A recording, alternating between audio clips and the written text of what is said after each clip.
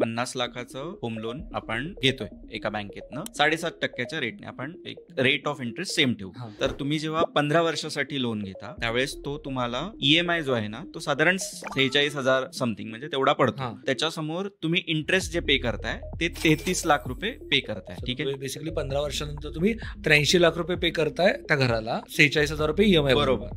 तर जेव्हा तुम्ही 20 वर्षाचं लोन टेन्युअर करता तेव्हा तुम्हाला ईएमआय जो आहे तो 40,000 लागतो. म्हणजे तुमचं 6,000 ने ईएमआय साधारण कमी झालं. पण त्याच वेळेस तुम्ही जे इंटरेस्ट पेमेंट करताय ते साधारण 46,50,000 म्हणजे जवळपास ते 13 लाखाने तुमचा इंटरेस्ट पेमेंट आहे ते वाढले. हे पुढचे जस्ट 5 वर्ष तुम्ही वाढवला टेन्युअर, त्याच्यात तुम्हाला एवढा फरक पडतो. तर जेव्हा तुम्ही 25 वर्षाचा लोन टेन्युअर घेता 7.5% आणि 50 लाख आपण ऍज इट इज ठेवले, तर तेव्हा तुमचा ईएमआय आहे तो 36,000 तुम्हाला पडतो आणि तुमचं जे इंटरेस्ट तुम्हाला जे पे करायचंय ते साधारण 60 लाखापर्यंत जातं. जवळपास 61 लाख पकडू शकतो आपण. म्हणजे ते अजून 14 ते 15 लाखांनी वाढलंय जस्ट तुम्ही 5 वर्ष चेंज केलंय. समजा मी माझा ईएमआय हळूहळू वाढवत नेला तर त्यांनी पण फरक पडतो का? तर त्याच्यामध्ये तुम्ही एक तुमचं ईएमआय जास्त भरला दरवर्षी, पण एक सिंपल एक स्ट्रॅटेजी बघूया की एक ईएमआय दरवर्षी 12च्या जागी तुम्ही 13 ईएमआय पे केले.